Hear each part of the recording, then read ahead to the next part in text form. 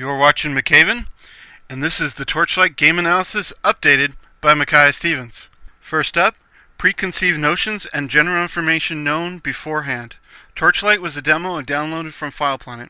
While the game sounded simple enough, I had a good idea of what type of game I was getting into. Games are put into categories. You say it's a Diablo clone, and it conjures up images of what type of game you're about to play. I realized it was a game from the creators of Fate, and here I thought they were just similar games. Fate was a great game, so Torchlight has a lot to live up to with Fate and Diablo. Initial impressions. They say you have about 5 seconds to impress someone in real life. With games, you get a little bit more give and take. Similar to people, you get to know them a bit more and decide to go further. With Torchlight, I had to overlook flaws to continue my evaluation, but overall, these distract and just make you wish for Diablo 3 sooner. The game felt rich enough to want to play at a price point you could afford. Given the large amount of positive reviews, I decided to take a second look at this game and found the experience very enjoyable when I wasn't trying to be critical. However, this analysis is critical only to critique the game. Delving into the game, I am put off by the initial window. Examples of my dislike are buttons on the top right of the screen are the standard window buttons. Notice how support doesn't even have enough room to display itself. This is in sharp contrast to the continue free trial edited as shown. I think of time-limited games as reminders of shady companies I never quite trust from the 90s. This is in contrast to games which you can play for free until level 20, like World of Warcraft. It is a demo, not a lifetime commitment, given only 120 minutes out of your entire life to try the game, just 2 hours. Notice how it says continue your free, time-limited trial. This could have been gotten around by setting up a level cap at the low level or putting only the first dungeon in the game. Having reinstalled Torchlight from Steam, the trial window is gone and the game demo is more modern. I have yet to find a limit to my 2 hours of playing the game again. Once you go into full screen mode, you get a real sense of the game. Music and sound effects are surreal yet realistic. It doesn't sound repetitive. The game looks very superb from an art point of view. You get an idea of what awaits you with a big burly guy and his dog. Part of this, of course, is lost, as you may prefer to be a woman and own a cat for your own main character. Subjecting you to a stereotype right away distracts from making the game your own. This seems to be a problem, and your new character is automatically set to the burly guy. If instead you had a background without a character, and then when you clicked on a new character, you were given choices, even if the first was the big burly guy. This idea is similar to how Diablo 2 had an empty campfire and only filled with your created tunes. Alt-tabbing in the game was sporadic. To write this report, I had to switch back and forth. Sometimes it would take a few seconds, other times textures would bleed and graphic glitches would occur, preventing you from seeing the UI correctly. This is a Windows game, mind you. The game UI is gone, and the tearing can be seen as white blotches. The Steam version has seemed to eliminate these tearing effects, and the menu is gone, but comes back smoothly and superbly when you click on the screen with the mouse. Switching characters had a distinct delay of about 3 full seconds. This was distracting and felt like a big hindrance to the game. Yes, as per my time at Volt, I pulled out a stopwatch and timed the loading. Considering the low character poly counts, I felt this was unnecessary. This questions a huge lack of performance from the game engine, or a bug to be looked at. I found this still to be the case with the new Steam version. This doesn't seem to be a design issue, as the entire game world lurches even in the new Steam version. Deeper crawling. Once I was past the initial glamour, I started looking at the textures and dissecting them. First issue I noticed up front was the texture on the main guy, chosen for me, the Destroyer. While his belt looked pretty good, his armor was sort of painted on his skin. There was no real definition from straps and belt buckles. It was like his tattoo, flat and bare. The tattoo looks like it should be the strap, but it doesn't. This is tough to see in the screenshot, but is very noticeable in 3D. Notice, for example, in the picture, how much flatter his right arm strap looks to his tattoo.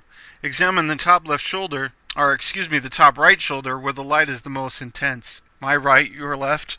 Compared to his haircut from his recently shaved bald head to his mustache, both were very real looking. Somehow they just didn't consider his armor to matter. It really distracts from the visual immersion. In a game where you're intended to get armor and build up your character, this is a pull away from the game genre. I've recently seen some amazing things you can do with bump mapping to have textures pop off at the screen at you. As you gain more armor, the upgraded versions do stick out like it should. This is probably a problem with the default model. This is in sharp contrast to the dog. It barks, growls, and moves its head around. More importantly, its backpack is a separate object that is seen in full 3D effect. Light and shadow play well into the immersion. Just makes the dog seem more alive when you can sort of see it bounce and act like a real dog. Now for the wrap-up. Distinctively, we can say Blizzard has influenced games. It's another thing entirety to see this in action in games like Torchlight. It's not until you really play these similar games until you gain the full depth and breadth of that statement. Diablo flows from the music, the characters, to the overall atmosphere in Torchlight. Quests have a yellow exclamation mark, and if you're online, you would almost think this was a new kids version of Diablo and WoW. Fate flows through the game, the original game from the same company, Runic Games, that I really enjoyed as well. It's like a graphical upgrade to the game. Things are bright and shiny. Text is bold and big. Colors wash in and out to highlight important features, and tutorials pop up. The font leaves a lot to be desired for, but the coloring is nice. Trades like fishing used to transform your pet is the exact same from Fate. Looking back over this review, I think the font isn't too bad. End thoughts. The analysis will end here for the reader's sake, or the listener's sake, because we're going to YouTube. Maybe it's my passion for Blizzard games. They have a lot more resources devoted to cleaning these issues up. People really expect a lot of polish from games. That's one of the things that a lot of people like to highlight about Blizzard is the fact that they polish their games. It was hard for me to try to put into words, but I think that overall it doesn't take a huge budget or a lot of resources to look at these issues. You just have to have an attentive tester or developer, someone who has a kind of a keen eye for detail to look at these issues and say, well, what can we do here? How can we make this better? Be immersed in a game. In a movie, you can sort of feel like you're watching the movie and you're not interacting, but with the game, you can almost feel the immersion factor, like you actually are playing the game and you're actually moving the character. So even though Blizzard probably has a lot more resources devoted to cleaning up these issues, I think any company can do this. However, you can be sure that Blizzard had to deal with these and many other issues in games over the years. If a company like Runic Games had hired me to view and test its game for some of these issues, I'd at least try and bring these concerns to the designer's attention. I realize some of these issues, such as the strap, are a design resource issue. The game can put a main character with low polygons on the screen. A realistic belt would cost just a little bit more. A sizable increase over the current character low polygon, although I think it would really be worth it. Blizzard understands and pushes these resources costs to the extreme while making the game smooth. Just takes adding a lot of polish to smooth over some of these design issues that are, maybe a cost of the system or of the engine. The engine problem comes when it really shouldn't take more than 3 seconds to load a low polygon object on the screen. In some of my early development, it does take quite a while to develop some of these games, but it just takes a performance programmer, people that make $300 an hour will come through and optimize and beef up your game as you kind of pick up tricks and you can go over the code and really put the time in to polish it. You say, oh, it's going to take 6 months to make the game, but then you're like, well, it's going to take twice that long, so it takes a year. But then you still got to think, even after that initial double in the investment, I think there really needs to add, I wouldn't say another double, but it would need to really add a few more months just to get that polish there, just to, the game's ready to ship, but just sit back and play it, have everybody play it, get some more feedback, try to figure out the polish and try to clean it up. Not something great to see, but it really adds the polish to the games and makes them beautiful. Hire some consultants. Micaiah is a great consultant. Hire him to look at your game and say, hey, this is what I like to do. I know I can be critical in some of these analysis Blizzard talks about on the forums. They're like biggest critic. So overall, these issues in the games are easy to spot. But I think Runic has done a pretty good job in cleaning up this game. I've heard rumors that they are talking about putting out a Torchlight 2. It's probably not rumors anymore.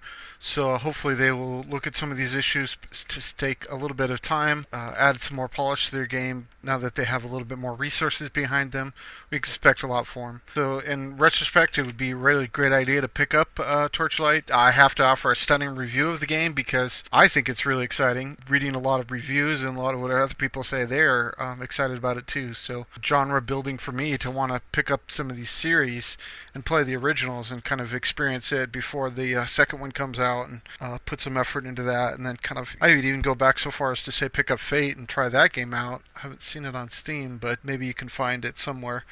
Anyways, that's the game. It feels great. This has been Micaiah, and this is the game analysis for Torchlight from Runic Games for MikHaven.